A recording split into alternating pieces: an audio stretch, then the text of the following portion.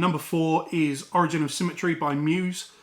So I don't really think I need to introduce Muse. Most people probably know who they are. They're a British band who have been going for, about the best part of 20 years, not 20 years, 30 years at this point. Wow, already. I think they were formed sort of like 94, 95, something like that.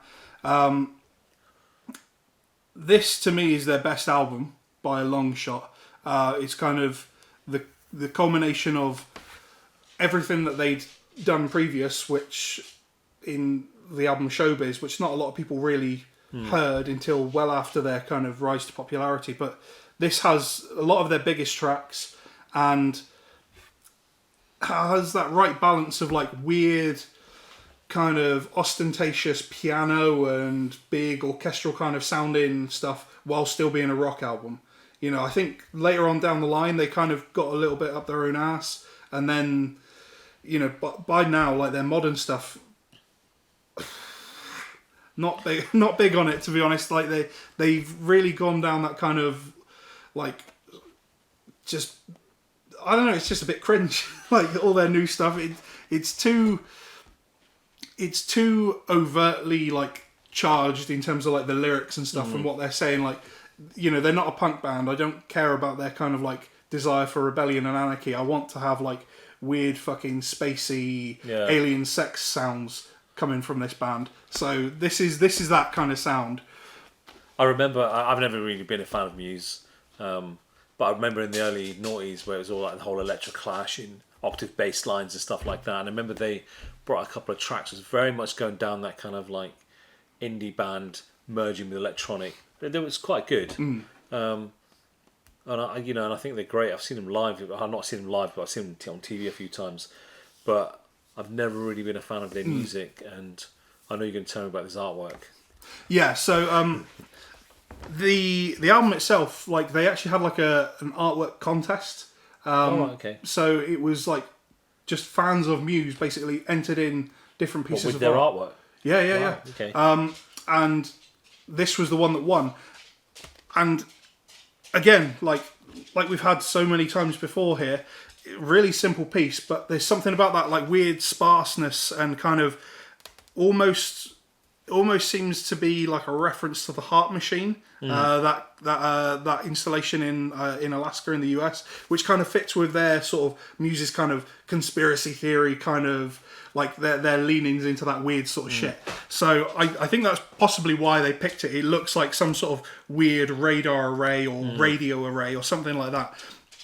But that weird, sparse, kind of like odd, almost cartoonish parking lot kind of look to it, I really like.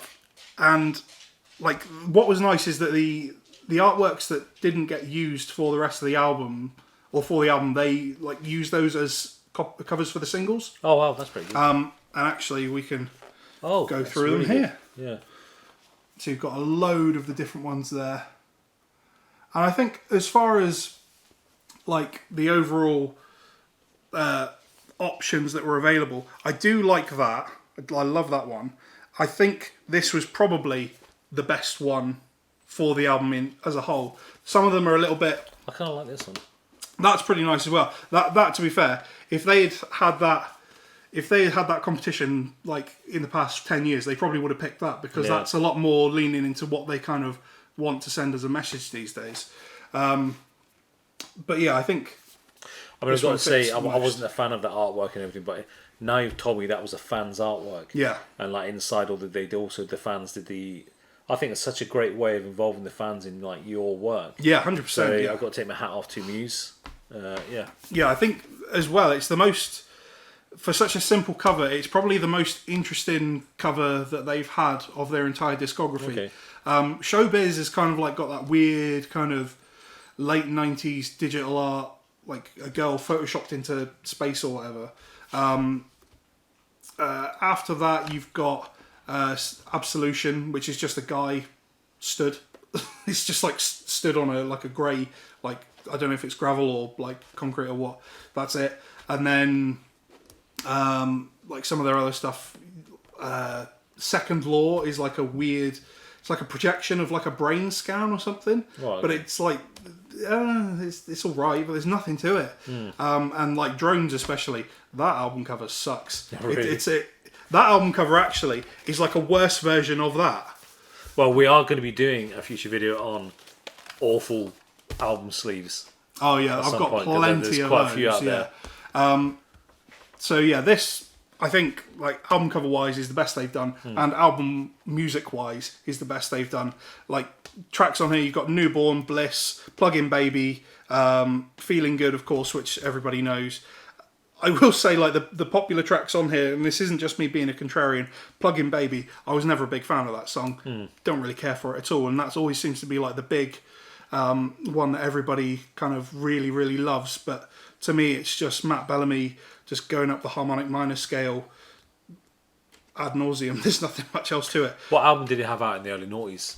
Well, this was 2001. Oh, so it would be around about that time. And then they had Absolution afterwards, which was 2003 or 2004. Yeah, the tracks I was talking about is probably off that album. Yeah, so you had like Hysteria and stuff on that album.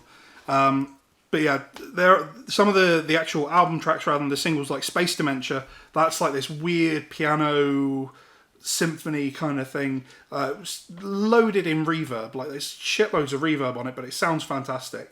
And it's such a odd kind of very odd like topic. The liner notes will say that the first lyric in the song is hate. It's not. It's H8, and it's like reference to some sort of military thing. All right. Okay. But you know they love to do that sort of thing to kind of get past censors and stuff. They love to like change the liner notes to say something slightly less offensive or whatever.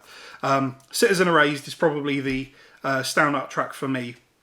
That's like by far and away the heaviest track they had done up to this point, and possibly until now. Actually, probably still the heaviest track they did, because they take like a standard E on a 6 string, tune that all the way down to an A. So they're basically dropping like or a step down from what would be like standard 7 string tuning. And live, Matt Bellamy actually did use a 7 string for the song, but in the studio it was a 6 string just tuned down. But it sounds really heavy, and it's got like such a funky kind of flow to it. So that's a standout track to me. And I've seen these guys live before, and at Reading 2011 they played this start to finish. Oh, okay. I think that was the first time they played Citizen Erased in probably like 15 years. No, can't have been 15 years, because it was only 10 years after the album came out. It's probably the first time they played Citizen Erased in about 10 years.